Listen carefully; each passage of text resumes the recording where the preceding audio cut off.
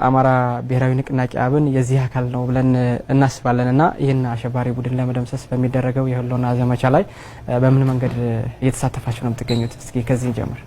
አመሰግናለሁ። አሸባሪ ቡድን ከዓመታት በፊት ቀደም ብሎ ህዝባችን በጠላትነት ፈርጆ ትርክት አዘጋጅቶ በርካታ ጉዳቶችን ሲያደርስ የኖረ ነው።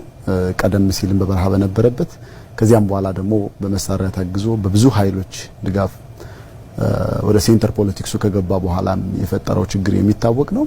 ድርጅታችን የአማራ ብሔራዊ ንቅናቄ አብን በዚህ ድርጅት ላይ በዚህ አሸባሪ ቡድን ላይ ከምስረታችን ጀምሮ በጣም ግልጽ የሆነ አቋም ነው ያለን።